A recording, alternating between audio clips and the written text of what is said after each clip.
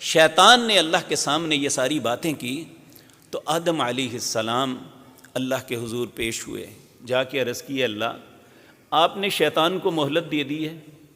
اور اسے اس بات کا بھی دے دیا ہے کہ وہ میرے اولاد کو گمراہ کر دے،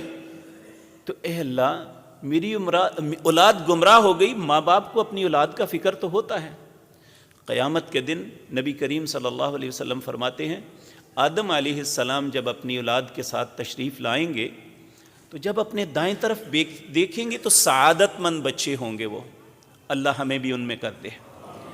وہ اس کے اچھے بچے جنہوں نے ان کی اپنی زندگی اللہ کے حکم کے مطابق گزاری ہے، آپ ان کی طرف اپنا چہرہ کریں گے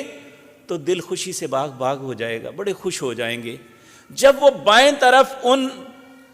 ناخلف اولاد کی طرف دیکھیں گے جنہوں نے معصیت نافرمانی میں زندگی بسر کی